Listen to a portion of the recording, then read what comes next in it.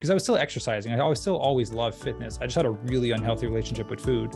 I was driving and I hit a speed bump, and my pecs, which I called man boobs, and my stomach just kept bouncing after the speed bump, but for way too long. Like, they weren't supposed to jiggle for that long. And then I was like, okay, I think I need to do something about this. I think I need to lose a little bit of weight. And that's when I started this new journey of losing the weight properly after, because we went slowly, we preserved lean muscle mass.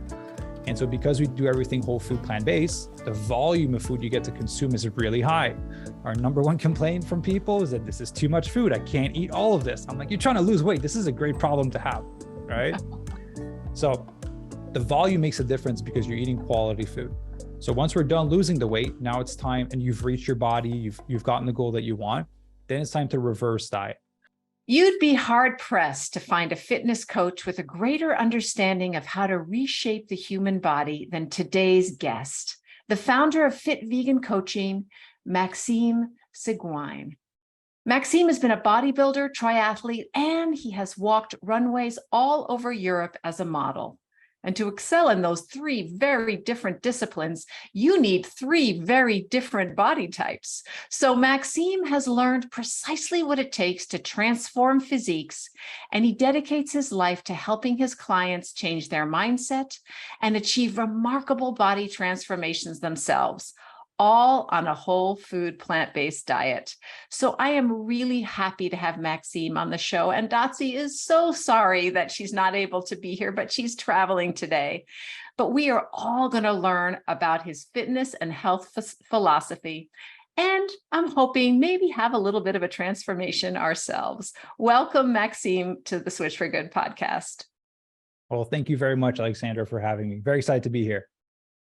So, as I said in the intro, you used to be a power lifter and a bodybuilder. You weighed 240 pounds. I mean, you are 6'4", so you are tall, but you weighed 240 pounds and you ate 6 pounds of meat a day. Now you are an ardent vegan. What made you transition to veganism? What was the story behind that? Yes, well, Google made me do it. That was the story, ultimately. So, going from being in the world of bodybuilding and powerlifting, I was training with a friend one day, and he brought me to his other friend's apartment after we were done our training session. And that's when I walked in, and there was a big runway inside the apartment. And I was like, what kind of friend do you have here? And he told me it was his modeling agent. And I was like, modeling agent? I knew he was doing fitness modeling, which I thought it was just people stepping on stage. I didn't know he was getting paid to be in magazines. So I was like, oh, you can make money with this, but people taking photos of you. And so she looked at me, she saw my big chubby cheeks at 240 pounds. I was maybe wearing like an extra large in my shirt, and I was not model material. And she was like, I see something on those big chubby cheeks. Like, try losing some weight and see if we can do something. I see a little bit of jawline. I was like, okay, we'll lose some weight and see how it goes. So I was preparing for my own fitness competition. And so I was already leaning out. So I was like, you know what? I'll just do a photo shoot halfway through it. Then I will have some photos and I can see if it's something that I enjoy. Started losing some weight, did my first photo shoot. From there, was able to book a job and make some money.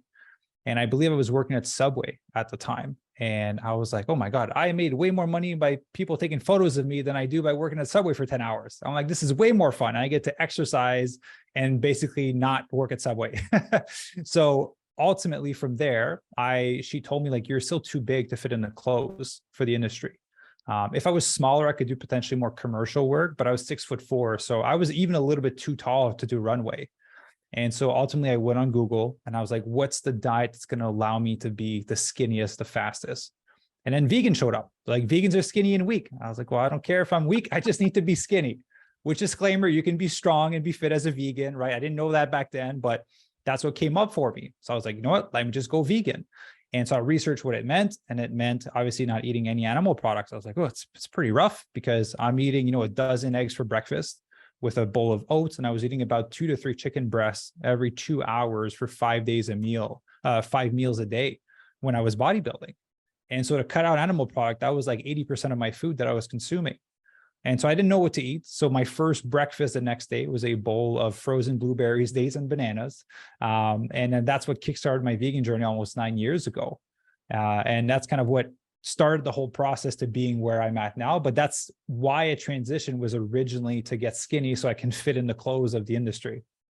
And you lost 80 pounds in a year. Yeah. You were a dedicated man in both fat and muscle, we have to say, because you didn't know yet what you know now. I just wanted to divert just a little bit. I heard you talk a little bit about your experience as a model and how you left because it just wasn't healthy. Yeah. We all know, well, we all think, I used to be a model when I was a teenager in New York City, and I too went to Milan. It can be very destructive. Well, actually bodybuilding can too, on our image and how we treat our bodies, which is a lot, actually parallels what a lot of your clients probably did before they came to you to try and get this body that they want. Can you talk a Yeah. little bit about, just so people who are listening don't think, oh, models, they have it so easy, they just are born that way. Tell us a little bit about what you saw in the modeling industry that models were doing to keep their weight down. Yeah, for sure. I'll be honest, to me, modeling was harder than bodybuilding and doing Ironmans. I much rather do that than go back to what I did for modeling. So again, the goal was, and then every season has a look, right? So every season, sometimes they're like big, muscular, catted, bearded men. Sometimes it's skinny 12-year-old boys, or at least look like a 12-year-old boy.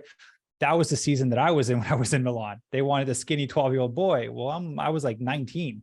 I was like, I'm not a skinny 12-year-old boy. So I had to lose a lot of muscle mass. And so to me, I had to basically eat nothing but rice. I just completely cut out my protein. I just did cardio. I stopped strength training. So I did exactly what people do when they're trying to get a lean and toned body, but I did it the opposite so that I can try to get as skinny as possible. And then the whole drug conversation is a real thing. There used to be like there was a table in our apartment, and there was like a few pieces of drugs that people were using, obviously to cut appetite, have energy, because you can't eat as often, smoking cigarettes to cut your appetite. And I think the trend when I was in Milan was those cotton balls that the girls would soak in like orange juice and kind of like eat that to make themselves feel full. And I've heard some crazy stories from people that was at the agency, from working in agencies in France or in Germany. And ultimately, it's just not a world that I wanted to be a part of forever. And so it made my transition out of that world. But yeah, it's a pretty hectic world. Yeah, it can really distort your view of your body and what's healthy. And I only thought it was women who struggled with their weight in modeling, but it's men who also struggle with what they're expected to look like. Oh, you have to be like really skinny. The thing is, you look at photo shoots and you're like, oh, these guys look good. But if you remove the clothes, these guys are really skinny to be able to fit in those clothing, to be able to look normal size if you want to in the photos, right? We had a guy when we were in Milan, and we went partying, and he had a little bit too much food, and he felt bad that he had too much food. So he ran back to our apartment in his suit for like 8 miles because he felt so bad. And so it distorts your view of like what healthy is of your body, and you start to do weird things to trying to stay skinny and as lean as possible. Well, now you're in a different world. You are in the world of helping people get lean through a vegan diet, but in a healthy way. Tell us after you transitioned to vegan, came back from modeling and started doing it a healthier way, how did you change? What were the positives about it that made you stick with it instead of going back, now that you weren't modeling, to eating meat and eggs, et cetera? Yeah, for sure. So it was while I was doing modeling that I made the decision to never go back, because originally I had just done it to get skinny. But then when I got to like kind of like New York in the Milan days, I was like, I just feel so good. Like it just doesn't make sense for me to revert back. And one of the big changes was when I cut out dairy. When I cut out dairy, my nose just unclogged, and there's a tension in my forehead that went away. But the crazy part is I didn't even know that my nose was clogged and I had tension in my forehead. I had lived like that my whole life. And so, after like 2-3 weeks of being off dairy, I was like taking bigger breaths. I'm like, why am I able to take bigger breath? I thought I was already able to take big breaths before. And when I was in school, I had a really hard time focusing. I just had like a cloudy mind. And then after cutting out dairy and some of the animal products, after about a month, I feel like I just gained access to an extra 20% of my brain. And I was like, oh my God, I'm actually really smart. I can actually think really clearly. And so that made a huge difference in, if you want to call it like ADHD or being able to focus on things. I was able to laser my focus in on one thing and actually get it done. And so to me, those were two big things that I just never wanted to go back to. And so how did you transition from being that model who wanted to get skinny at all costs to a man who was able to transform his body into the body he wanted in a healthy way and still, of course, eating plants? Yeah, it took me a few years to figure that out, to be quite honest, because when I went vegan, it was in the era of what's her name? Raw Vanna, Banana, Freely the Banana Girl, Durian Rider, like during that era where it was very much like 80-10-10, super high carb, low fat, low protein. And so I was doing all of these things, which was great to be skinny. But when it came to shifting my body composition to be able to, train or do Ironmans or do things like that, it just, there need to be a bigger shift. But I didn't know that because I had no knowledge in that field. And so as I progressed, and I was like, well, this really sucks. Like I can be skinny, but I can't have a great body composition. I always feel a little bit more puffy. And so I was like, let me just blend my two worlds. Let me blend this world of veganism and health, and let me blend my world of bodybuilders. What are bodybuilders good at? They're good at shaping the body at will. So I was like, what do these guys do? Well, there's a control over the macronutrients, and there's a bigger emphasis on the protein. And so I tried that for a little bit, but when I was bodybuilding, it's the old era, which was, I think I was eating about 300 to 400 grams of protein per day. And I was like, I can't hit that as a vegan. That's a lot of tempeh. And that's all of my food for the day would just be tempeh and tofu and seitan, right? Ultimately. And so I did some more research and then discovered that like that 1.6 gram per kg of body weight was ideal for plant-based athletes. And so I started sticking to that. And then that made a difference in my shift body composition. And so I implemented bodybuilding principles with a whole food plant-based way of eating. And that's what allowed me to transform my body, but feel great while doing it, and ultimately disease-proof my body for the future. So can you give that stat again so people can hear it? How much protein you recommend per kilogram of body weight? About 1.6 gram per kg of body weight. Yeah. Okay. And then the study is linked in the Plant-Based Athlete by Robert Cheek and Matt Frazier. They've linked it in there as well.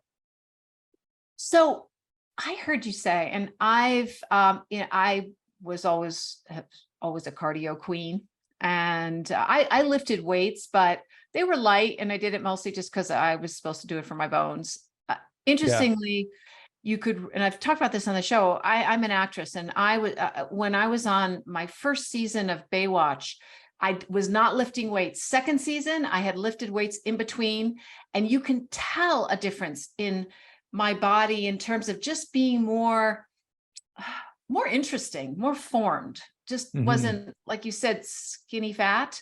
So I think we have to remember that body composition is so important. It's not just being smaller, it's what our body is made up of, fat versus muscles versus bone and all that, right? Yeah, absolutely. It's just like if you wear a t-shirt and you look skinny and you take it off and you look a little bit fluffy or chunky, that's skinny fat. Ultimately, that's the best way to put it. Right. And I was listening to you in an interview. I think that actually was one of your YouTube videos, and you stressed the importance of lifting weights. And I'm beginning to see that now so much more. I make it so much more of a priority. Tell us why it's important to lift weights to lose body fat, because a lot of women will say, and I know a lot of your clients come to you saying this who are females, saying, I don't want to get bulky. Yes. Like everyone has a genetics of Arnold. So a big thing when it comes to shifting body composition is just understanding the basics, right? So there's two variables. There's the fat variable and then there's the muscle variable. If we shift our body composition by increasing fat and decreasing muscle, that's technically a shift in body composition, but it's not one that we want because it makes us look a little bit more fluffy and soft. So if we increase the muscle and decrease the fat, then it's a positive shift in body composition.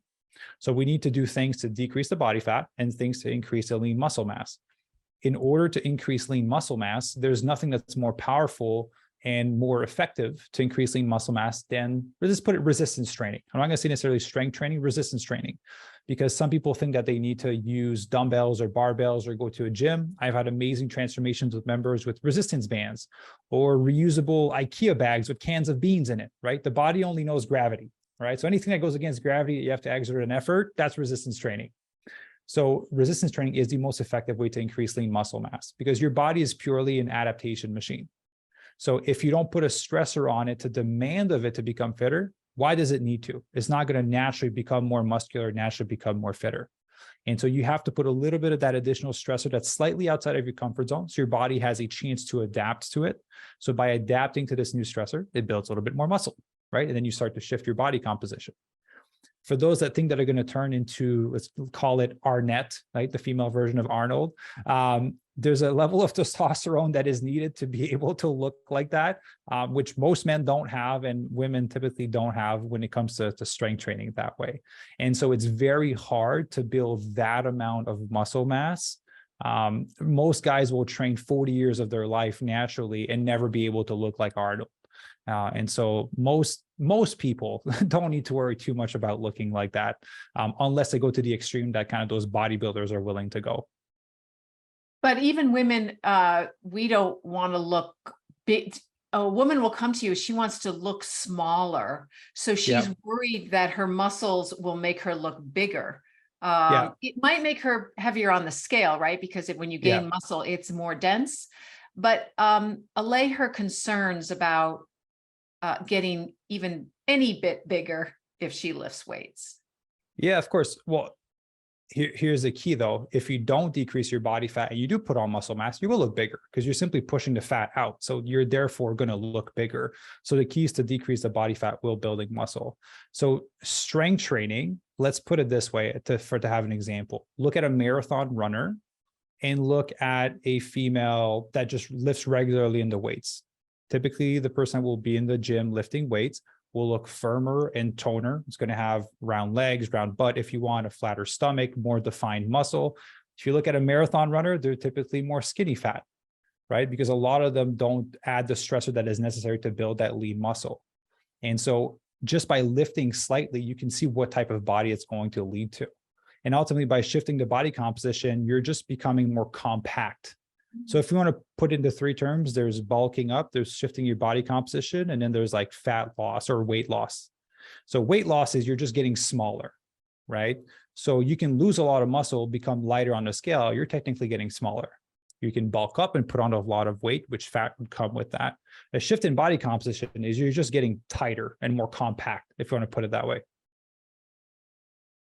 I heard you say we should lift weights 3 to 4 times a week. Tell us your prescription of what you would recommend to your client, an average client who comes to you in terms of their balance of the different types of exercise to do.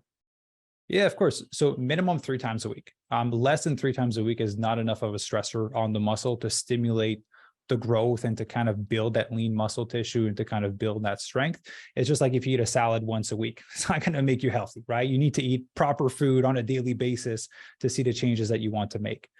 So 3 times a week is a great place to start.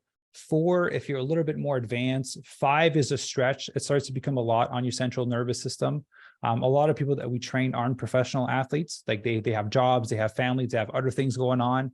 And so there's no need to train like an athlete to the point where it becomes debilitating and, you start to lose on the quality of your life with your family and the other areas that are important to you.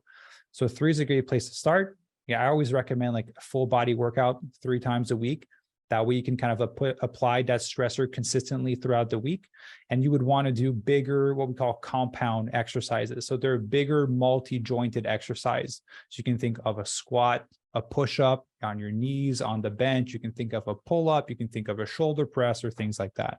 But bigger exercises versus doing isolation exercise. So you think of a bicep curl, you're isolating the bicep. A compound exercise would be a bench press because the shoulder and the elbows are moving. It's multi-jointed. Right. So focusing on those bigger movements are going to work the body as an overall, and doing it 3 times a week will just have enough of that constant stressor to build more lean muscle, but also, like you mentioned earlier, be able to strengthen your bones as well, because you need that bone bearing activity to strengthen the bones. You've helped over 500 people transform their bodies. If folks go to your website, Fit Vegan Coaching. .ca. Yeah, we have a few websites, but fitvegan.ca is the main one. And we're at 650 now. We're getting closer to our goal. There are some beautiful transformations. People are very, very happy with your program. Can you talk about the main tenets of your program? Break it down, sort of, if you were to pitch me on your program. Tell me what, and I'm concerned because I don't know how much time is it going to take, and is it going to be too hard, and am I going to fail, and all that. Tell me kind of your philosophy of encouraging me to join the tribe. Yeah, of course. So here's how I built the whole thing, is to make it the last program that people need to do. Because I've been a part of programs before where they're just going to starve you and make you over exercise. At the end of it, you have a great photo, but you feel terrible and you don't know how to go back to eating like a normal person, which leads most people to putting the weight back on. I believe the stats for North America are 95% of people put the weight back on 6 months to a year after, which to me, that's if you work 6 months to lose the weight, that means that 6 months after or a year after, you're back in the same spot or worse that you started. Then what's the point of doing it in the first place? So how we structured everything, one, is you need to have a sustainable method to lose the weight, right? If we're just going to use keto as an example, because a lot of people know it and a lot of people don't enjoy it. If you do keto to lose the weight, it's very hard, right, for you to have to worry about carbs like that for the rest of your life, ultimately. So if you don't see yourself living that way for the rest of your life, ultimately, as soon as you stop, the weight's going to come back on. So it doesn't serve you. So how can I make you eat in a way where, again, you're eating delicious food, where it's going to be, we don't have to worry about carbs, right? It's going to be high carb. You don't have to worry about it. You get to eat delicious food that tastes good, that's high carb. You don't have to worry about tracking everything obsessively, and you get to have fun during the process. If that's how you see yourself eating for the rest of your life, that we have a sustainable method, right? The second component is reverse dieting. So speeding up your metabolism post-transformation. That's the secret to preventing the weight from coming back on. And that's a process we could talk about a little bit later on if you want to as well. But that's the secret to keeping the weight off. And then the third component is education, right? It's one thing for you to go through the program and have an amazing transformation and be like, wow, I look great and I feel great. But then when it's time for you to go on your own and you don't know how to sustain it, you don't know how everything functions, then what's the point? So I'm not trying to create people that are reliant or dependent on the program and our coaches. I'm trying to create people that are self-sufficient. And so throughout the process, we educate them. Like, here's why we made this change to your nutrition. Here's why we made this change to your workout. Here's why we structured things this way. Here's why we're making this decision, so that they can understand how the process functions for themselves. I would like to talk about reverse dieting because I found it very, very interesting. I'd heard about it mostly in the bodybuilding phases, I think. Yeah. So it comes from that world. Yeah. And obviously they know what they're doing. So share with us kind of, if a woman was to come to you, or a client was to come to you, would you cut their calories and they would be hungry? And then you would tell us about that process of how it changes over the transformation with you.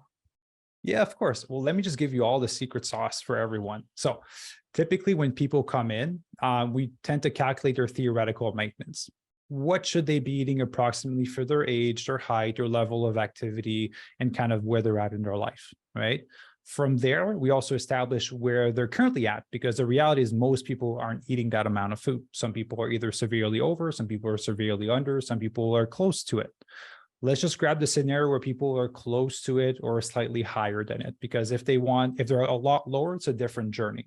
Mm-hmm. So we're going to start them at a theoretical maintenance, maybe 100, 200 calorie deficit just to get started for maybe 1 to 2 weeks. See how their body responds, right? Because when you come in, we're changing two things. We're changing your exercise and your nutrition. What's the point in me cutting a ton of food if we don't need to, right? I don't want to cut food if we don't have to get to where you want to. And so we get a baseline read for about 1 to 2 weeks on their body and how it's responding. And from there, we can make a proper decision. Because for a coach to tell you this is exactly what you need for the rest of your program is ludicrous. Like, you would have to be God to define that, right? Like, you need data from the person.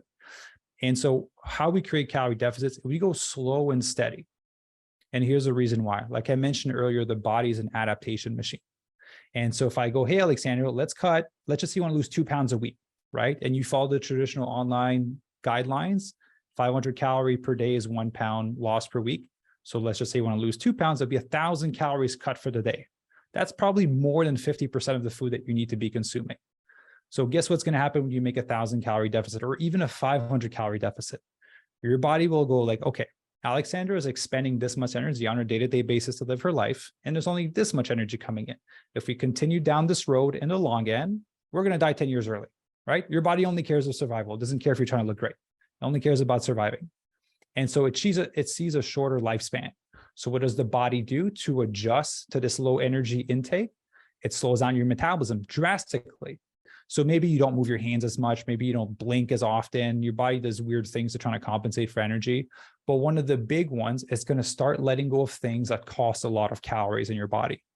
What's the thing that costs the most amount of calories in your body, or one of the biggest ones?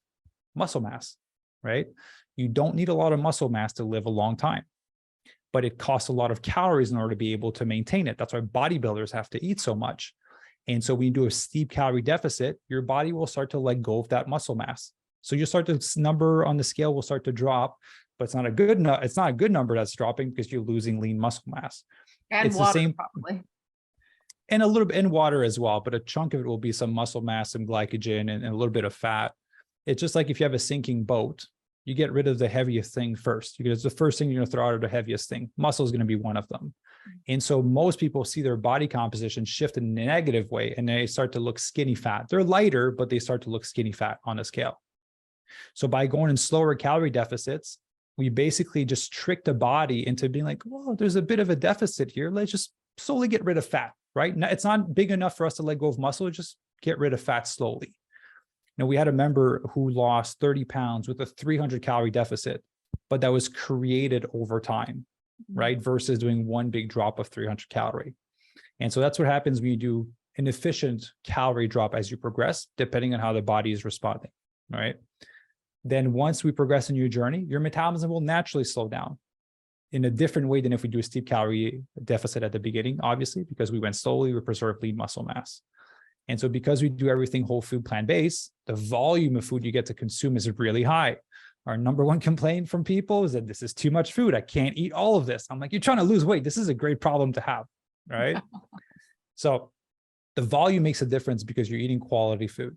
So once we're done losing the weight, now it's time, and you've reached your body, you've gotten the goal that you want, then it's time to reverse diet. So reverse dieting, again, it's from Dr. Lane Norton. He's the one that made that popular over like 10 plus years ago in the bodybuilding world. Amazing concept, where it's basically where we slowly and methodically re-add calories on a weekly basis, depending on how your body's responding. All right. So some weeks we can maybe add 20 calories, sometimes 50, sometimes 100. Very much depends how the body responds. And so the secret with it is it takes time to do. It's a very non-sexy process. I always like to be upfront about that, right? So if we think of doing it fast, meaning increasing your calorie intake really rapidly after you're done your fat loss, that's why most people put the weight back on. The longer you go, the better it is, right? But for most people, it's not really sexy to reverse diet for a year. So they always ask me, like, what's the fastest time I can do this? I'd say about 4 months. About 4 months, we see 80% of the time, members keep the same weight. Meaning if you lost 40 pounds, you would be 40 pounds lighter, but being able to eat more food. 10% of the time, people will lose a little bit of weight after, but that's very rare. And then the other 10% of the time, which is worst case scenario, people will put on a pound or two. But often the exchange is we've increased our food intake by 800 to 1,000 plus calories to be able to maintain their new body, which is a pretty good trade-off in my book. It sounds like everybody's dream. It's just they have to be more patient in terms of, and more strategic. You have to be very thoughtful and aware and stay on it, plan ahead, et cetera, because it's not something that just happens that you hit the right calorie count each week. No, exactly. And the hard part, and again, I've always done it. It's always been with a coach. So the reason being is really hard to do on your own because you're emotionally involved in the process. So you think, I went for this long bike ride, so I can eat this extra like cupcake or whatever. And then I went for this long run, so I can eat a little bit more. It doesn't work that way. You have to be able to remove the emotions from the process. And that's why I love having coaches in my life, because they're just like, remove the emotion, or like, here's what you actually need to do regardless of the emotions. So it sounds to me like you believe in calories in and calories out, because we've the folks on the show, we're now over 240 guests in, and some of them believe that there are other things that contribute to either weight gain or weight loss. So where do you fit that in? Yeah, so it depends what's the outcome that you want, right? People that come to us is a shift in body composition, not weight loss. It's not like, obviously health is a component of it because of the quality of food that we make them eat, but our area of specialty is body composition. And so in order to achieve a proper shift in body composition, the amount of energy that is coming in with the amount of protein in combination with the exercise and the energy expenditure needs to be put together in a way to achieve that outcome. If the goal is simply weight loss or wanting to be healthier, you don't need to worry about all that stuff, right? You just eat whole food, plant-based, you can exercise and move your body, and you'll be more than fine and more than and good with that. To a certain extent, if you eat whole food plant-based and you consume 6,000 calories and you're a woman that's 5'4" and weighs 120 pounds, you're going to put on some weight. There's too much energy coming in. So I think there might be something there, because I know science is kind of like figuring out that if you eat certain types of food, you can kind of slightly go above what you're supposed to be consuming. But I don't think it's quite there yet where people have the correct answers. I think a lot of people may be looking at it as a way to not have an awareness of what they're consuming. So like as an easy way out of like, hey, if I consume all of this, I should be okay, right? Because we had a lot of people come in that are eating whole food plant-based and were gaining weight. They were having terrible shift in body composition because they were simply eating whole food plant-based, which again, they're healthy. I give them that. They're healthy. They feel awesome, but they're coming to us because they want their bodies to look a certain way. And so to us, it's how can I get you to feel good, but get you the body that you want at the same time. So it just depends what the goal is. I was thinking about sleep and hormones, stress. Do those figure into your program at all? Or are you absolutely laser focused on calories in, calories out? We're not laser in on calories in versus calories out. That's like only a component of the bigger picture, right? So the quality of food makes the world of a difference, because technically you can eat terrible food and just focus on calories and lose some weight. But how would your digestion be? How would your mental health be? How would your energy be? Like you wouldn't feel that great. So that's why we do everything whole food, plant-based. We do look at hormones. We do look at sleep and stress. Some of our members have like a Whoop tracker or like an Oura ring to monitor their stress levels, or HRV, their resting heart rate, their body temperature. So we do look at some of that data for our members that we are coaching. And the other side, obviously, if people have hormonal issues, we do work with them on that. The only people we don't work with currently is people if they're currently going through cancer. We've had people that were recovering from cancer that we've worked with. We've had people that wanted to get pregnant, to get healthy, to get pregnant. So we have a few fit vegan babies throughout the years. And so we work with everyone, regardless of like hormonal issues or whatever it may be. The only people is if they currently have cancer, they're already going under enough stress right now that I don't need to add to that ultimately. Hey, friends and listeners of the Switch4Good podcast. Yep, that's you. I have some really exciting news. Dotsie and I have started a Switch4Good podcast Facebook group. We created it so we can build a community of fans that will help us improve the show and deliver on the topics that you want to learn more about. So we want to hear what your favorite content is, what you want more of, and what you want less of. And if you like the length of the show, Dotsie and I are always talking about the length of the show, right, Dotsie? Yes. We want to tailor our show around the needs and desires of our incredible listeners, almost 500,000 of you. And it's really simple to join. Just go to our Switch4Good Facebook page. That's Switch, the number 4, and then good. And then click on groups. And there we are, the Switch4Good podcast chat. You can post directly in the group, share ideas, talk to other listeners, and connect with like-minded folks. So go, run, join our Facebook group and tell us what you want.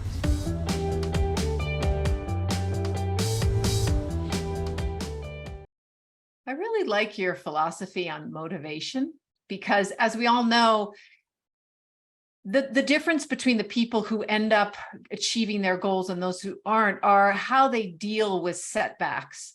Can you talk a little bit about about motivation versus commitment? Yeah, of course. So a lot of people do look at motivation when they want to do something.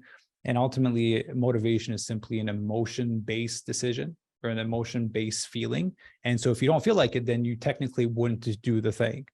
And so commitment on the other side you are committed to doing the action regardless of the emotions. And, you know, there's a lot of areas in our life where we are committed, where we aren't motivated. Think of a relationship, right? Not everyone is motivated all the time to smile and do the dishes and do all their things right for their partner. Sometimes you're just like, I need some space, right? But we're committed to the relationship, and therefore we show up when we don't always want to, or when we maybe don't always feel our best. I can always think of the analogy of like my ex-partner who went through cancer. Like, I wasn't motivated all the time to kind of go through that, but I was committed to trying to save her life, right? And so that's kind of where it comes in. And so for most people that want to transform and become healthier, they have to just personally choose that that's the journey that they're going to be on, and not say, well, I'll do it if I feel like it, which basically is relying on motivation to take action, right? Or I'm going to try to do this. There's no trying in this world, right? If you listen to a few of my episodes, I'm a big fan of Tony Robbins, attending all of his events, being a part of his family. There was a video where he was explaining to a lady, he's like, I need you to try to pick up a chair. And then she bent down and picked up the chair. And he was like, no, I didn't ask you to pick it up. I asked you to try to pick up the chair. And then she put it on the ground and she waited there. It's like, well, I didn't tell you to not pick up the chair. I told you to try to pick up the chair, right? And he repeated that several times. And she was like, oh, I get it. I'm either leaving it on the ground or I'm picking it up. And so going in half-assed is basically choosing to not do it ultimately, because there's no trying unless you commit to doing it. But there are times when we don't feel motivated. So what do you recommend to your clients when we're not feeling it? Yeah. But we're committed, but yeah, two things. Committing to the smallest step of action that you can take, because action will create momentum, which will create the emotions, which will create you feeling motivated or committed. And so whether that's going to exercise in your basement or at the gym, the step could be I'm just going to commit to committing downstairs and putting my shoes on, or I'm just going to commit to driving to the gym. Once you're at the gym, just commit to going in and stepping on a treadmill to warm up. Once you're on the treadmill, just commit to doing your first set of exercise. By that point, you usually feel good and you keep doing the whole thing. So a lot of people, when they think of struggling with motivation and commitment, they put the bar to success and entry so high. They think they have to climb the whole mountain in one step. Sometimes all you got to do is put your boots on and take the first step. And so breaking it down by its smallest step of action usually will get people to move forward. And I always tell my members, there's going to be days you're going to feel 10%, 50%, 70%, 100%. All that I ask from you is I don't need 100% from you every day. I don't need you to feel 100% from me every day. But what I do need is I need you to give 100% of whatever you got. So if you got 10%, give me 100% of that 10%. If you got 30%, give me 100% of that 30%. And ultimately, we can compound that, right? So another big saying with our members is consistency compounds, right? If you look at finances, you can't compound $0, but you can compound a penny every day. So if you got a penny for me today, we'll take it. If you got $1, we'll take it, right? And then we can start compounding that. And eventually that's how members start to see results. And it's a big snowball from there. You feel inspired to work out. You feel so good. Now you start to feel weird if you miss a workout when you weren't someone that was working out before, and you start to build this new identity for yourself. What are the things that you found stop people from attaining their goals, attaining what they say they want? Well, I'm gonna go deep. So there's a few things, but one of them is I think that some people don't think that they deserve it deep down. They say they want to, they say that they do, but they don't believe that they actually do. Because I've seen often throughout the years, again, we're at 650 plus transformations now. People that reach their goal are right near the finish line, completely self-sabotage and disappear. And then I'll call them up and like, what happened? It's like, I was feeling so good. I was feeling too good and I just didn't know how to deal with it. Right? So a lot of time, the fear of our own success is the thing that causes us to self-sabotage, or limiting beliefs that we may have about ourselves. Like, I'm not someone that's fit, or I don't deserve to be fit. And so limiting belief, self-sabotage, a value system that's a little bit skewed, or some of the things that tend to throw people off track. And that's why I tell all the members, like, that your transformation with us has nothing to do with training nutrition, right? Like, we can build you a plan. We're really good at it. That's not the issue. Is can we get you to stick to the plan? That's the real game. That's what a coach is there for, right? And a good coach is not going to tell you like, hey, you just need to stick to this, and stick to it for another week and then come back to you like, well, Alexandra, I told you, you just need to stick to this. Well, let's identify why you can't stick to it, right? Do you feel rebellious towards a plan? Do you maybe have terrible time management? Is there a limiting belief that's preventing you from moving forward? Like, what's holding you back? And so that's what we spend a lot of our time on with members, because ultimately that's the game changer. It's not training nutrition, because that's easy to take care of. I think people also, they fail so often. They think, well, I'm going to fail. If I win here, I'm going to fail. It's going to hurt even more. So Don't let a bad decision burn you twice. Is the biggest thing. Nice. Yeah. How do you help someone get comfortable in their new identity? Because if a person has been a certain way for, let's say 30 pounds overweight, we know that the dynamics in their life can change drastically around with their family, if they have a partner, their commitment to the new healthy lifestyle can be threatening to children or friends. How do you, I'm sure that comes up a lot in you have discussions, you have weekly calls with your members. Tell me about your insight that you've gleaned from working with so many people. Yeah, of course. So a big part is that we don't do any rapid fat loss, because rapid fat loss, you're not actually building this new identity and sealing it into your nervous system and who you are. So a lot of time people will drop 20 pounds really rapidly, and then they'll go into the world, and then their environment and they themselves hasn't shifted to this new person that they are. And it's too rapid of a change. So we do take time with our members' transformation to make sure that's deeply ingrained.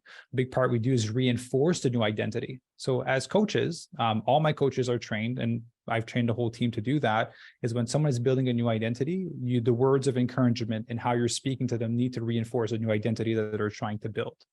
Right? Because if someone tells us like, hey, Alexandra, you're absolutely amazing. Like, it's crazy how disciplined you are. You're always motivated. But eventually like, oh, I am this person. I am a disciplined person. I do exercise. Right. And so it starts to become a part of who you are. And then you start to believe it. And once you start to believe it, it's game over. Then that is who you are. Right. And there's a lot of exercises that we do with our members, like anchoring. There's a process called the Dickens process to kind of get rid of limiting beliefs. And ultimately, once we start to deconstruct some of these limiting beliefs or the self-sabotage that shows up, you're basically removing those layers that are preventing you from being you, ultimately. Because most people think that they need to add things to become a better person.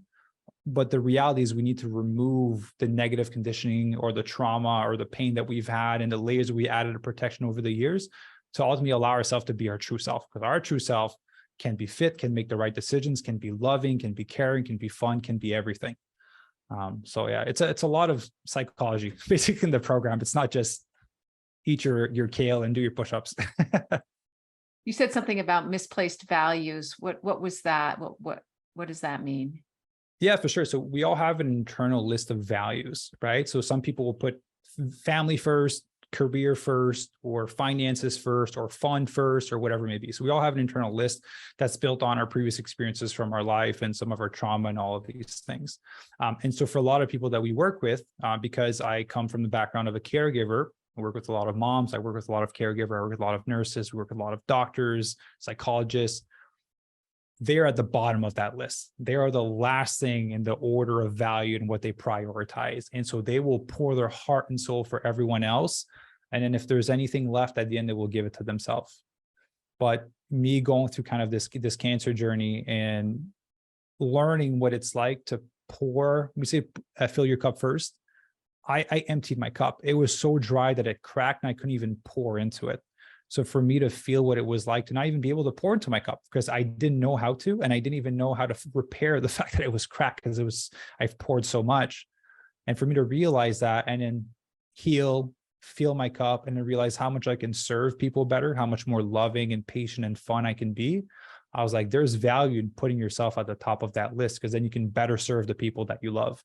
So if your heart is in your heart to be a caregiver, to care for the people that you love, guess what? If you're not sleep deprived, eating terrible food and cranky, you're going to be a better parent to your kids, right? You're going to be a better partner to your partner. And so just kind of like shifting those values makes the world of a difference because we all make our decision based off those values. Just to clarify, because we didn't go deeply into your story, but it was when you mentioned your cancer story, it was the cancer of your ex-partner and you were her primary caregiver during that journey. And as I understand it, she lived 3.5 years longer than she was expected to because of her change in lifestyle.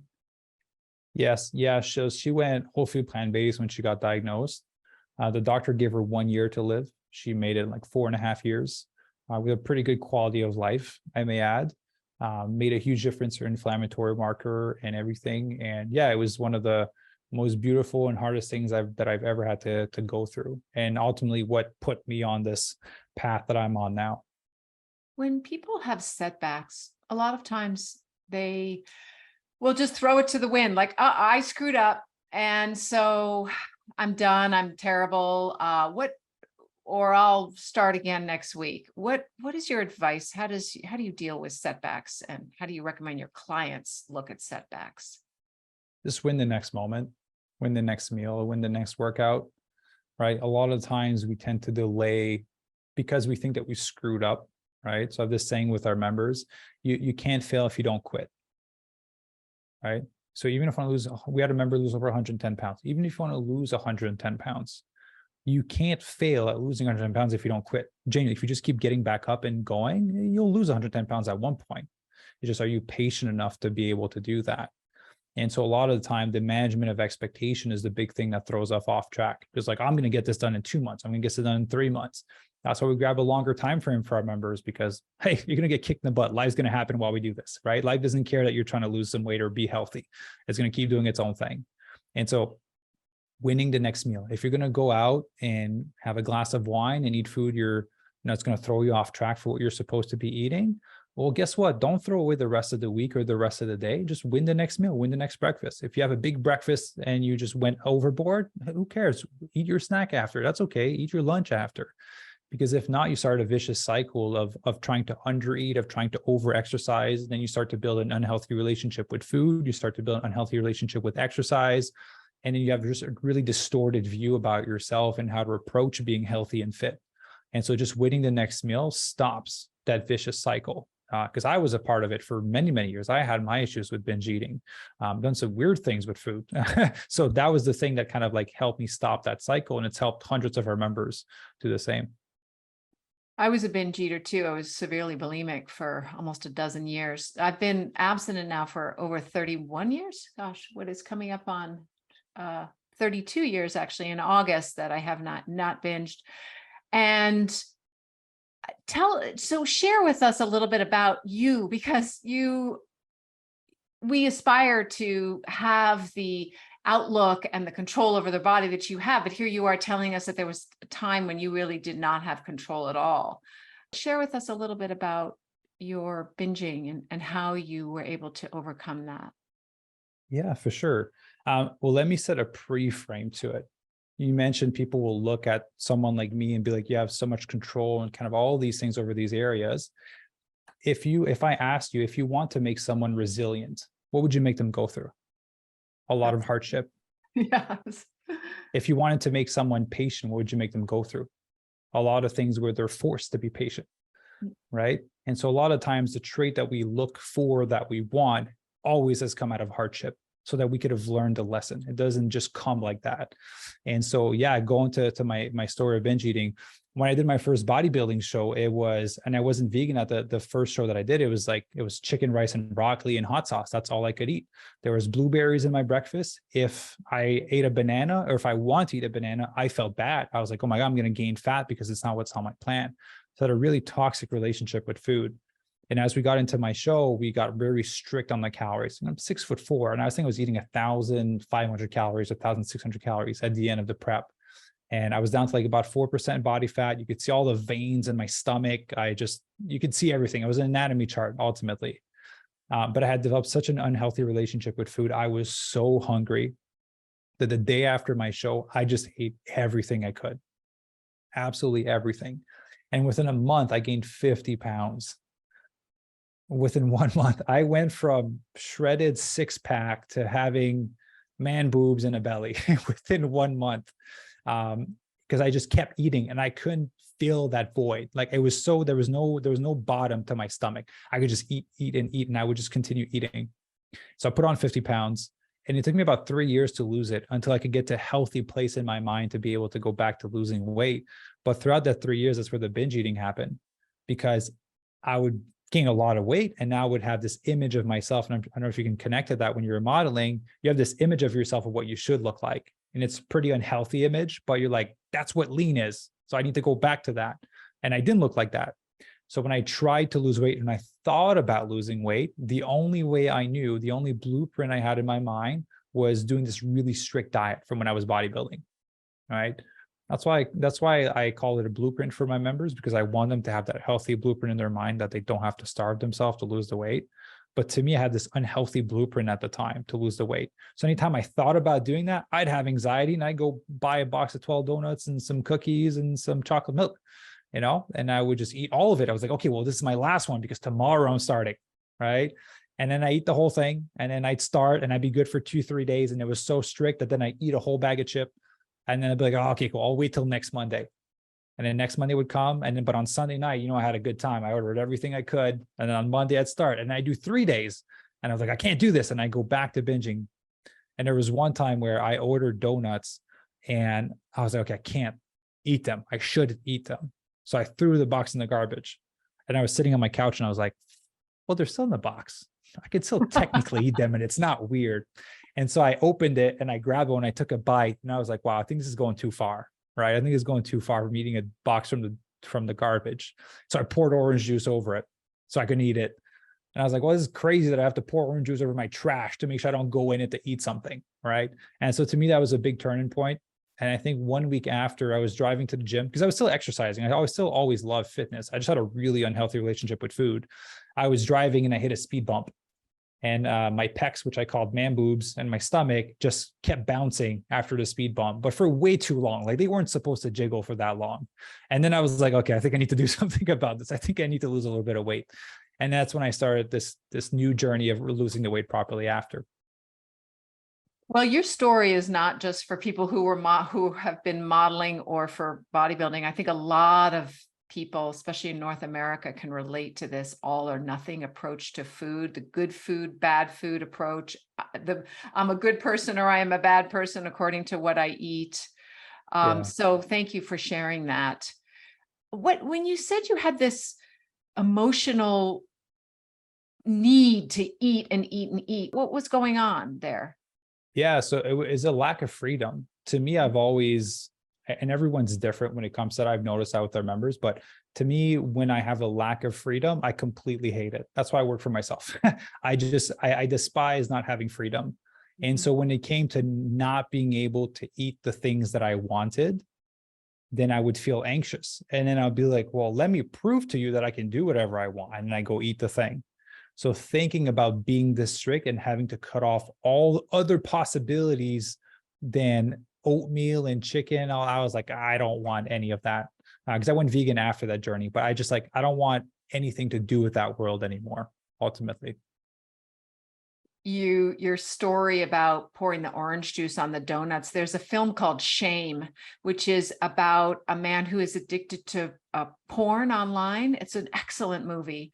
Anyway, he throws his laptop into the wastebasket and then pours some, I think it's tomato sauce on it so he won't go back to his laptop. And I was so moved by that because I understood it, but I was with my husband and he didn't really understand it as viscerally as I did, because, people with food disorders, we will, and it's the same with drugs or alcohol. We'll do some very undignified things to get what we need. It feels like life or death in the moment. And so I think a lot of people can relate to that movie, even if it's not specifically about food. But I mean, probably alcoholics and drug addicts listening to us now are going, oh yeah, I get that.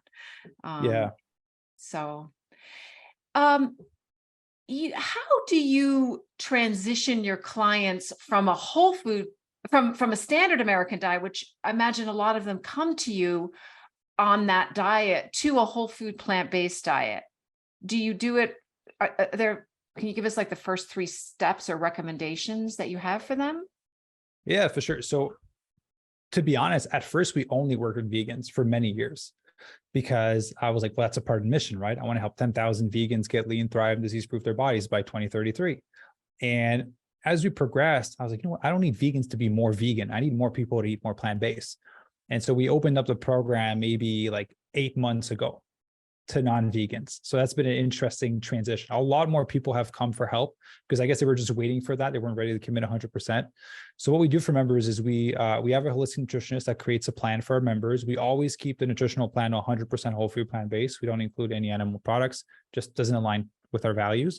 But what we tell people is if you're going to let's just try eating whole food plant-based. If ever you feel like you need to have a piece of meat or something, just substitute it from the protein on the plant, right? But at least the majority of what you're going to be consuming, 70, 80, 90% of what you're consuming is whole food plant-based. You're getting a good base.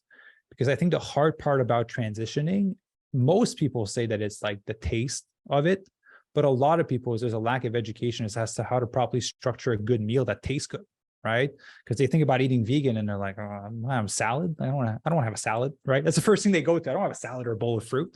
So by them having recipes in a proper structure and a grocery list, a custom grocery list, they get to see what it's like to eat this way. And then you try a few recipes like, damn, this is, we have like whole food plant-based tacos. We have like a lot of delicious recipes.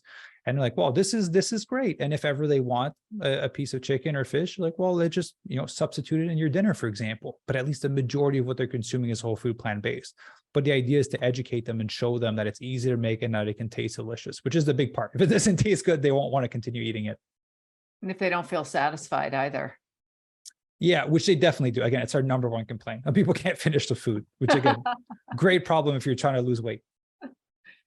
You have a lot of videos online, which are great. You're generous with your knowledge, just like you're being here today. And we all greatly appreciate that. Thank you. So one of the things you've done on videos is tackle some health fads that, that folks have to lose weight.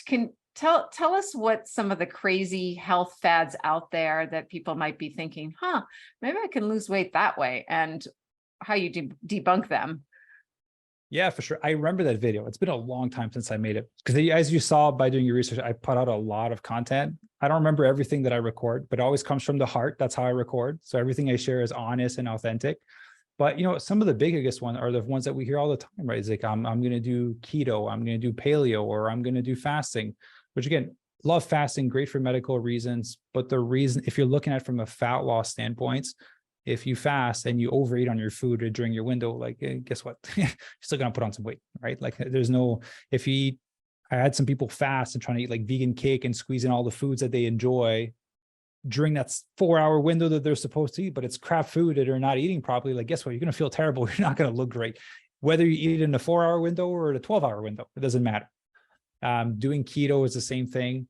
Again, people juicing for doing fat loss, juicing, amazing health benefits, amazing cleansing benefits. Like, it's great.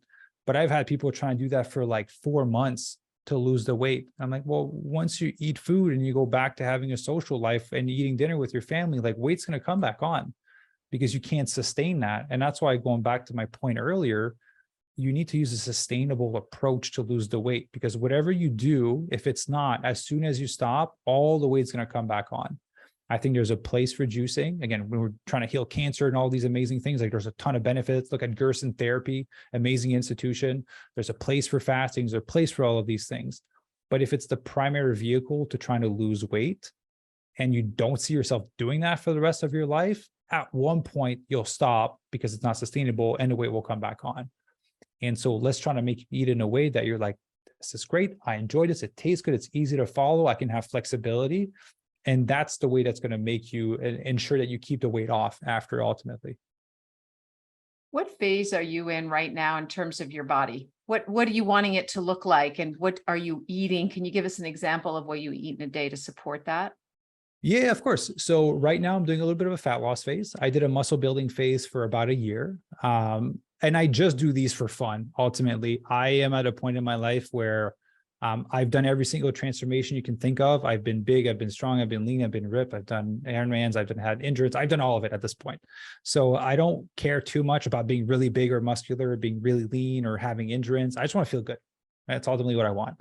So I'm just doing these cuts and these transformations just to document them online and show people what's possible ultimately. What I eat in a day, for example, I had a big green smoothie this morning, some unsweet almond milk. I had some spinach, some microgreens. I had some broccoli in there. I had a little bit of protein powder. I had some bananas, some berries. I had a little bit of acai powder, a little bit of mushrooms in there. That was breakfast. For lunch, what I had yesterday is I'm going to make lunch after this is Ezekiel wraps with some tempeh, again, microgreens, some kale, some chard, some hummus, some shredded carrots, a little bit of vegan dill dressing on there with some nutritional yeast, and then tempeh. I don't know if I mentioned that, but a little bit of source of protein in there. And then for dinner, Ezekiel wraps. Sorry to interrupt. Ezekiel wraps, is that by the company Ezekiel? They make the bread, and they also have a pita kind of thing, or it's like a little wrap. It's like sprouted with all the grains and everything. Yeah, they had it at our Trader Joe's, so I decided to give them a shot. For dinner, we'll do a burrito bowl. So I'll do some like black beans, some chickpeas, a little bit of tofu, again, carrots, broccoli, mushrooms, onions, microgreens, some kale, some chard, maybe a little bit of quinoa for some grains, and avocado, and a little nutritional yeast dressing and lemon on top of it. Yeah, I usually eat like 3-ish meals a day for the most part right now. I'm not training for any event, so I don't need to eat as much as I typically would before. So 3 meals a day just gets me where I need to be and allows me to record amazing interviews and work a chunk of the day. do you have, if you crave, so what's your treat? If you have any? I mean, some people don't need a treat when it comes to food, but most people in North America seem to have that. Yeah, of course. No, I'm a big fan of flexibility. I didn't eat whole food plant-based 100% of the time is pretty nearly impossible, especially if you're gonna have a social life. So to me, like there's these, again, those are very rare, but there's vegan mochis at Whole Foods. Oh, the mango one, it's so good. So, that's my little treat. That's good. Can you share before we go as maybe a quick success story? I know you have 650 of them, but that just might give us a little inspiration to start our own transformation journey. Yeah, of course. Well, I'll share a story of my mom. My mom, she all my life, she struggled with her weight. And she was heavier when I was younger. My goal was to weigh as much as her because I was trying to bulk up. So be as heavy as mom was the goal. But she was maybe like 190-ish pounds. She was like 5'9". She's a tall woman. And I always struggled with her weight. And then when I started all of this, I was like, let me just help you. The only thing is you got to go vegan, right? That's like the only thing I'm asking of you. She's like, you know what? I've tried for so long. She tried like Atkins, keto, paleo, she tried everything. And so we got her down to 134 pounds. Got a 6-pack at 57 years young. She's 58 now, but she was 57 ultimately when she lost her 54 pounds. Best shape of her life, feels amazing, and is super grateful. She kept the weight off for almost 3 years now, since she lost it. So that would be a great success story. Like her insurance costs, because they're from Canada. So if you do like blood work, they can test how much your insurance is per month. Hers like went down to the lowest one because of her new health markers. Slowly inspiring my dad to transition to eating more plant-based because we're farmers, right? We grew up on the country with animals. So, but yeah, my mom would be one of the amazing transformation we've had. But yeah, we have so many like cancer survivors, people that lost like 74 pounds that are able to run half marathons that couldn't before. Yeah, there's a lot of them, a lot of amazing members. Where can people find you on all the platforms and websites that you have? And please give a shout out about your podcast too. Yeah, of course. Fitvegan.ca will be the best place. Super easy to remember. All the links are in the top right corner. So we have a YouTube channel. We have our Fit Vegan podcast, which have a lot of amazing guests, which I'd love to have you on as well. We have our Instagram, our Facebook. There's a free Facebook group. There's a ton of things on there. But fitvegan.ca, everything is linked in the top right corner. Thank you so much for being on the show. I just so was inspired learning about you and learned just you have so much wisdom and you're not old at all. You're young. You're a young man, but you've gone through a lot. Just had my birthday. Had my birthday. Happy birthday. Thank you. And so it was just really a pleasure to research you and also to speak with you today. Yeah, I really appreciate your time today. Thank you very much for having me on. Thank you for the great question because you have some questions that have never been asked before. So I really appreciate that. Oh, my pleasure. Hey, folks.